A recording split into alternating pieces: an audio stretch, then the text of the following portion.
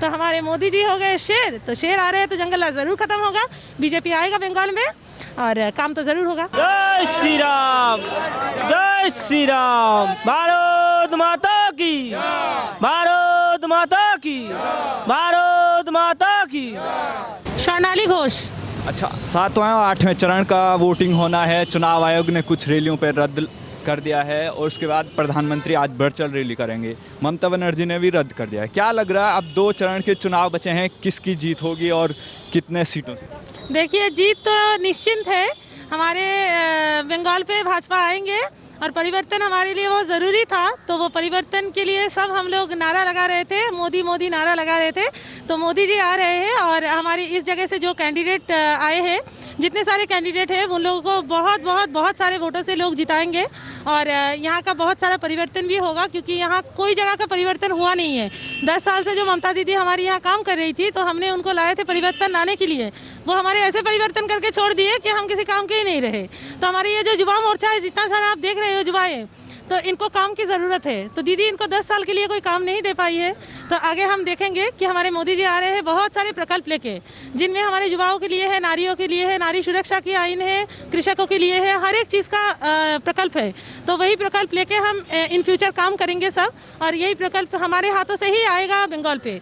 तो दीदी 10 साल में काम किए हैं, उससे पहले 34 साल हमारे CPM का राज चला है। तो ये कुल मिला के हमारे हो गए हैं 44 ईयर्स। तो 44-45 ईयर्स में हम लोग का कुछ नहीं हुआ है। रास्ते का हाल ख़राब है, सड़कों पे गाड़ी चलना मुश्किल होता है और इंसानों के पास पैसे नहीं है, काम नहीं है, बेरोज़गार हो गए हैं। और ऊपर से ये कोरोना के चलते दीदी तो कुछ कर नहीं पाई है।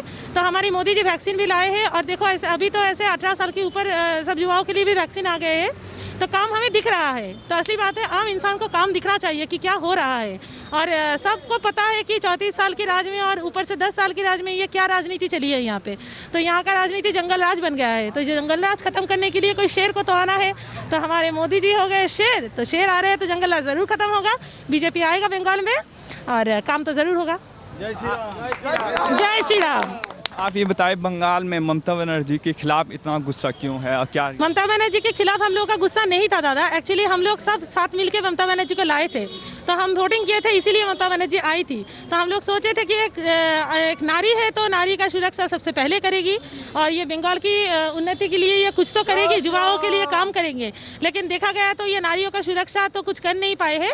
उनके पास जितने बार हम नारी सुरक्षा की बात लेके गए हैं, कोई भी कहाँ भी कुछ भी होता है तो हम उनके पास जितने बार जाते हैं, उनका एक ही बात है कि आप गुजरात देखो, आप ये देखो, आप वो देखो। कभी वो अपने राज्य की बात नहीं सुनते हैं कि एक 5 साल की लड़की का धर्षण हो जाता है, कहीं पे किसी को एसिड से जलाया दिया जाता है, तो कहीं कोई लड़की रात से घूम नहीं सकती है। ये बंगाल के हालत ऐसे हो गए कि हम लड़कियां रात को घर से निकलते हैं तो सुरक्षित घर लौट पाएंगे कि नहीं, उसका चिंता रहते हैं। तो ये सरकार कैसी सरकार है जो लड़कियों को सुरक्षा नहीं दे पाई, महिलाओं को सुरक्षा नहीं दे पाए, युवाओं को काम नहीं दे पा रहे। तो कैसे ममता दीदी पे हम भरोसा करें? और ये बन गया है। एक्चुअली ममता दीदी आई थी हमारी आम जनता के लिए काम करने, लेकिन वो बन गई है अब पीसी भाइयों वाला सरकार। वो अपना घर घर का सरकार चला रही है, अपनी घर का सरकारी राज चला रहे हैं, सब घपला हो रहा है। तो फिर आम लड़के क्या करेंगे? आम लड़का लड़कियां इतने सारे जो पढ़े लिखे हैं वो वेस्ट बंगाल से बाहर जा रहे हैं। तो बाहर जा रहे हैं काम करने के लिए। कितने लोग, आप बोलो कि कितने लोग हमारी वेस्ट बंगाल में आते हैं बाहर से काम करने के लिए? कोई नहीं आता है। जितने सारे पढ़े लिखे सब बन जाते हैं, सब बाहर चले जाते हैं। तो यहाँ रहना चाहिए, यहाँ काम करना चाहिए। और इसके लिए हमारे मोदी जी है, मोदी जी बहुत सारे ऐसे प्रकल्प ला रहे हैं जो युवाओं के लिए बहुत सारे इंडस्ट्री ला रहे हैं। सबसे बड़ी बात है, यहाँ इतना बड़ा बड़ा इंडस्ट्री होगा। और ये कोरोना के चलते आप देख लो ना कि बीमारी से लोग जूझ रहे हैं, मर रहे हैं लोग, हर दिन मर रहे हैं। सरकारी अस्पताल देखो, आप प्राइवेट नर्सिंग होम देखो, जहाँ लोग जाते हैं तो डरते हैं कि वापस नहीं आएंगे हम। तो इस डर को ख़त्म करना चाहिए। तो उसके लिए नए से सरकार जब बनेगा हमारी भाजपा की, तो बहुत सारे हॉस्पिटल्स बन रहे हैं, बहुत सारे नर्सिंग होम बनेंगे, बहुत सारे कुछ बनेंगे जहाँ पे अच्छे से ट्रीटमेंट मिलेगा आम जनता को। जिनके पास उतना पैसे नहीं होते हैं, उनको ट्रीटमेंट चाहिए, उनको मेडिसिन चाहिए, तो कौन देगा? यहाँ पे जाते हैं तो लंबा लंबा लाइन होते हैं। लोग बोलते हैं कि ठीक है आपको परसों आओ, आप 2 दिन बाद आओ, 5 दिन बाद आओ, कुछ ट्रीटमेंट नहीं होता है दादा। दीदी कह रही है कि बीजेपी के जो 2 गुंडे हैं, प्रधानमंत्री और अमित शाह जी को कह रहे हैं कि इनके हाथों में हम बंगाल नहीं दे सकते। जी देखिए, अब दीदी बोल रहे हैं, हम तो नहीं बोल रहे हैं, जनता नहीं बोल रही है। दीदी हमारे आवाज़ नहीं बन सकते, हमारी आवाज़ हमारे युवा है। तो हमारे युवा क्या बोलते हैं आप खुद सुन लो। जय श्री राम। देखिए हमको मोदी भारत माता की तो देखिए हमारे मोदी जी और अमित शाह जी कितने विचक्षण आदमी हैं, ये कितने विचक्षण नेता है कि ये हमारे लिए बहुत कुछ सोच रहे हैं और सिर्फ बंगाल के लिए नहीं, ये कितना सोचे हैं इसके उदाहरण हमको बाकी स्टेट में दिखने को मिल रहा है। जहां बाकी स्टेट में कृषकों को अपना पैसा मिला है, उन लोग को पता है कि वो क्या काम कर रहे हैं, अपनी खाता में उनको पैसे मिलते हैं और हर काम के लिए वो लोग बात कर सकते हैं अपनी राज्य की सीएम से। लेकिन हमारे यहाँ सीएम से कोई बात नहीं कर सकते, क्योंकि यहाँ अगर कोई बोलेगा मुझे अपना हिस्सा चाहिए तो वो बोलेंगे नहीं मिलेगा, हम देंगे तुमको, हम जो देंगे तुमको हाथ फैला के वही लेना होगा। लेकिन ये तो राज नहीं हो सकता। तो ये जंगल राज खत्म करने के लिए तो अगर दीदी कहती है वो गुंडे हैं तो हम सब गुंडे हैं। आप क्या कहेंगे? दीदी ये भी कह रही कि कोरोना जो फैल रहा है वो मोदी द्वारा त्रासदी है, वो इसलिए फैला है। देखिए ये तो दीदी का शिक्षागत योग्यता बहुत कम है हमको लगता है, क्योंकि हम युवा जितना है वो बहुत शिक्षित है। तो हम शिक्षित युवा ये नहीं बोलेंगे कि कोरोना मोदी जी लाए हैं। तो ये गजब बात हो जा रही है कि दीदी का शिक्षा क्या है और दीदी क्या सिखा रही है। ठीक है, तो दीदी के राज में दीदी अगर सबको ये अगवा फैलाएंगे कि कोरोना इसके चलते आ गया, कोरोना उसके चलते आ गया, तो उसके लिए दीदी ने क्या इलाज लाए हैं हम पूछना चाहेंगे। दीदी कोई इलाज लाए हो क्या हमारे लिए? कुछ नहीं लाए हो। तो फिर हमारे मोदी जी हमारे लिए इलाज ला रहे हैं। वो सिर्फ हमारे यहाँ नहीं, इंडिया की बाहर जो हमारी वैक्सीन है वो सबसे पहली बार ये ऐसा हुआ है कि इंडिया से वैक्सीन बाहर गया है और बाहर के देश मोदी जी से मांग रहे हैं कि हमको वैक्सीन चाहिए। तो दीदी क्या बोलती है उससे हमको कोई फर्क नहीं पड़ता है। इंडिया के लोग क्या बोलते हैं, भारत के लोग क्या बोलते हैं, पश्चिम बंगाल के लोग क्या बोलते हैं, उनको हमारी मोदी जी के थ्रू क्या क्या राइट मैसेज पहुँच रहा है, ये सबसे ज़रूरी है। अभी कोरोना बहुत सारा फैल रहा है, बहुत सारे राज्य लॉकडाउन में है। प्रधानमंत्री ने अभी ऑक्सीजन पर सबसे ज़्यादा बहस चल रही कि ऑक्सीजन के सिलेंडर कम है। विपक्षी पार्टियां कह रही है कि मूर्ति बना दी आपने, हॉस्पिटल नहीं बनाए। तो आप क्या संदेश देंगे जो प्रधानमंत्री? देखिए मूर्तियाँ बन रहे हैं, कुछ भी बन रहा है, वो अपनी अपनी जगहों पे हर एक पार्टी अपनी अपनी तरह से अपने अपना काम कर रहा है और पार्टी के जितने कार्यकर्ता है उनको पार्टी की तरफ से जो काम दिया जाता है वो अपनी अपनी काम निभाते हैं। लेकिन ये सिलेंडर की बात जो हो रहा है, तो आप थोड़ा सा अगर नज़र डालते हो, न्यूज़ पर नज़र डालते हो, कहीं पर भी आप देखते हो तो हर एक जगह दिखाया जा रहा है कि बहुत सारे सिलेंडरों की अरेंजमेंट किया जा रहा है। आप मानो तो हम कल ही यहाँ कलकत्ता में बैठ के दिल्ली में सिलेंडर अरेंज किए हैं चार जगहों पे, तो हम कैसे कर पा रहे हैं? ये सप्लाई कौन दे रहे हैं? तो दिल्ली पे तो सप्लाई हमारी मोदी जी दे रहे हैं, बंगाल पे सप्लाई हमारी मोदी जी दे रहे हैं। तो कनेक्शन इतना बढ़ गया है। मोदी जी हमारे डिजिटल इंडिया को ऐसा बना दिए हैं कि यहाँ बैठ के हम दिल्ली में सिलेंडर की अरेंज करते हैं, दिल्ली में बैठ के वो हमारी बंगाल का सिलेंडर अरेंज कर रहे हैं। तो ऐसा तो कुछ है नहीं। तो क्यों ममता दी राज्य पे बैठ के फिर क्या कर रही है? वो क्यों सिलेंडर की अरेंजमेंट नहीं कर रही है?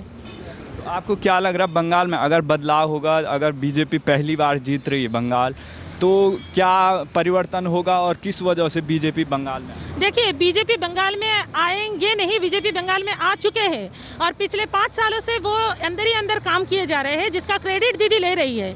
और दीदी का ये हैबिट है क्रेडिट लेना। 35 साल से या 34 साल से जो सीपीएम का राज चल रहा था, वहाँ पे जितना सारा काम रुका हुआ था वो दीदी 10 साल में आते ही उन पे थावा लगा दिए और नारा लगा दिया कि देखो हम काम कर रहे हैं, हम ब्रिज बना रहे हैं, हम ब्रिज बना रहे हैं, ये बना रहे हैं, वो बना रहे हैं। ये सब 34 साल में उन लोगों का प्रोटोकॉल था कि वो बनाने वाले थे। अब दीदी आ गए तो वो सब क्रेडिट वो खुद ले लिए। अब 5 साल से जो काम हमारे बीजेपी अंदर ही अंदर कर रहे थे उसका का क्रेडिट भी दीदी लेना चाहती है। हर एक चीज़ का क्रेडिट दीदी को लेने की हैबिट है, तो हम तो कुछ नहीं कर सकते। अब मोदी जी हमारे बंगाल पे आएंगे या बीजेपी हमारे बंगाल पे आएंगे एक ही विषय पे कि हमारी मोदी जी के बहुत सारे जो प्रकल्प है, जो प्रकल्प बहुत मतलब सुंदर तरह से बनाया गया है। कोई भी ऐसा नहीं है जो प्रकल्प से बाहर है, वो चाहे बच्चे हो, वो चाहे युवाएं हो, वो चाहे महिलाएं हो, चाहे वृद्धा हो, चाहे कोई भी हो, इंडस्ट्री वाले हो, या तो फिर दुकान हमारे यहाँ सड़कों पे आप लगे रहे, देखो कितना कितना दुकानें हैं। ये चलाने के लिए, इसको बढ़ाने के लिए, और सबसे बड़ी बात है बड़ा इंडस्ट्री आना चाहिए। छोटे छोटे काम दीदी कहती है घोटी गरम बेचो और ये चॉप शिल्प बनाओ, ऐसे हमारे बंगाल नहीं चलेगा। हमारे बंगाल की युवाएं ये काम नहीं करेंगे, हमारी बंगाल की युवाएं शिल्प लाएंगे और वो इंडस्ट्री में काम करेंगे। तो क्यों ना वो बड़ा इंडस्ट्री दीदी के हाथों से तो कभी बनेगा नहीं, क्योंकि सिंगूर हम देख चुके हैं। वही इंडस्ट्री हमारी मोदी जी के थ्रू हमारी बंगाल के जितने सारे नेताएं हैं, हमारे दिलीप घोष जी है, हमारी अमित शाह जी है, कैलाश विजयवर्गीय जी है जो प्रभारी बन के आए हैं, तो दूसरे राज्य से भी हमारे बहुत सारे भाजपा नेताएं आए हुए हैं। तो रोज़ बैठक चल रहा है इसी पे कि कैसे क्या काम होगा। तो काम तो निश्चित होगा और काम हो चुका है, बीजेपी आ चुके हैं बंगाल पे और अगले दिन हमको देखने मिलेगा कि कैसे कैसे काम हो रहा है। अच्छा, आपको क्या लग रहा है यहाँ बंगाल में जो महिलाओं की सुरक्षा है उसको लेकर क्या कहेंगे आप? कितनी खराब? देखिए, महिलाओं का सुरक्षा है ही नहीं यहाँ पे। मैं खुद एक महिला हूँ, तो महिला होने पे मुझे शर्म आती है कि मैं बंगाल की महिला होकर मुझे ये बोलना पड़ रहा है कि महिलाओं का कोई सुरक्षा यहाँ पे है नहीं। जो रात को महिला निकलती है तो उनको पता नहीं होते वो घर वापस ठीक से पहुँचेंगे कि नहीं, गुंडा राज चलता है यहाँ पे। और सबसे बड़ी बात है, जो बीजेपी करते हैं, जिनको पता लगता है तृणमूल गुंडों को कि ये बीजेपी करे, तो उनका घर में घुस के उसके बहू बेटियों को बोलते हैं कि तुमको देख लेंगे, तुमको उठा लेंगे, और उठा भी लेते हैं। तो एसिड अटैक करते हैं। अभी भी 2021 में खड़े होकर हमको देखने मिलता है लड़कियों पे बंगाल पे एसिड अटैक हो रहा है। ये कैसी बात है? और सबसे बड़ी बात है कि यहाँ पे दर्शन होता है, वो भी एक 5 साल की बच्चे की, जिसके लिए ममता बनर्जी एक आंसू तक नहीं बहाती है, उसके घर तक नहीं जाती है। तो उसके घर तक कौन गया था? हम बीजेपी वाले गए थे, हमारी महिला मोर्चा गए थे, हमारी युवा मोर्चा गए थे, हमारे जितने सारे मंत्री मिनिस्टर थे वो गए थे। और सबसे बड़ी बात है कि एक माँ, जो एक 85-86 साल की एक माँ की हत्या हो जाती है, कैसे निर्मम तरह से उनका हत्या किया गया है, सब देखे हैं। तो घर में घुस के उनको मारे हैं। उनका कसूर क्या था? उसका बेटा बीजेपी करता था। तो ये 2021 में खड़े होकर ये कैसा राज चल रहा है यहाँ पे? आप ही बताओ। हम सब देख रहे हैं कि ये क्या चल रहा है। तो ये ज़्यादा दिन चलेगा तो बंगाल का पतन निश्चित था, और ये बंगाल का पतन भाजपा के होते हुए हो नहीं सकते। तो 5 साल से वो बंगाल को संभाल रहे थे, और अगले बहुत बहुत बहुत सालों तक वो संभालते जाएंगे। कूच बिहार में एक घटना हुई थी जिसमें 4 जो मुस्लिम युवक थे वो मारे गए थे, जबकि सीआरपीएफ के वो हथियार छीनने की कोशिश कर रहे थे। दूसरी तरफ ममता बनर्जी उनके समर्थन में आती है, और वहाँ पर अब चुनाव आयोग को ममता बनर्जी कह रही कि 2 चरण के चुनाव अगर एक साथ नहीं हो रहे हैं तो इसमें बीजेपी को फ़ायदा पहुँचा रही है चुनाव। देखिए, ये ममता बनर्जी का ना अगवा फैलाने वाला बात, हमारी सबसे बड़ी बात है, हमारी आईटी टीम इतना स्ट्रांग है।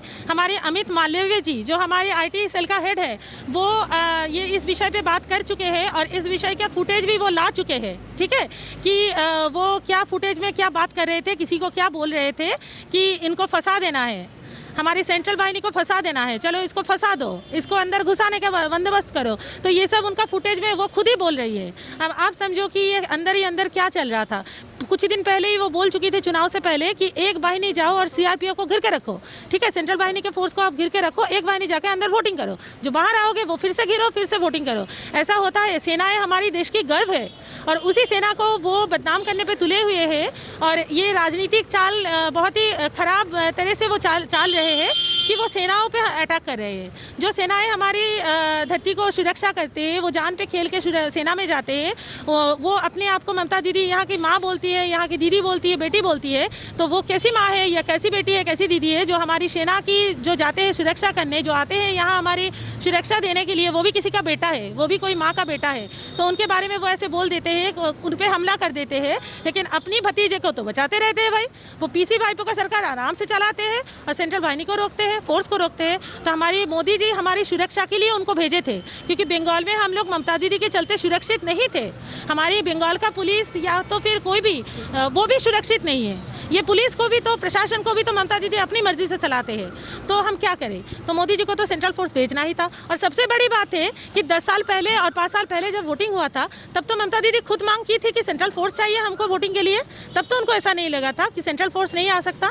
तो आज उनको लग रहा है, जब वो हारने वाली है, वो जाने वाली है, उनका जाने का नारा लग चुका है, तब उनको लग रहा है कि सेंट्रल फोर्स आके ये कर रहा है, वो कर रहा है। हमको कहीं दिखाई नहीं दिया है कि सेंट्रल फोर्स ने कुछ किया है। सेंट्रल फोर्स ने सिर्फ सुरक्षा दी है। आज अगर वो चारों लड़के मारे नहीं जाते, उनको कोई नहीं मारा है, वो अपने गलती से मारे गए हैं। तो अगर वो नहीं होता तो दूसरे दिन हमको सुनाई में देता कि बूथ प्रेसिडेंट मारे गए हैं। तो जितने सारे बूथ प्रेसिडेंट लड़का था वो मारे जाते। तो कुछ कुछ समय ऐसा आ जाता है जो रावण को ध्वंस करने के लिए राम को तो कुछ करना ही पड़ता है। तो राम नारा लग चुका है, राम हमारी बंगाल को बचाएगा, ये तो हमको भरोसा है। जय Shri Ram. Thank you so much. जय श्री राम। जय श्री राम। जय श्री राम। भारत माता की, भारत माता की, भारत माता की।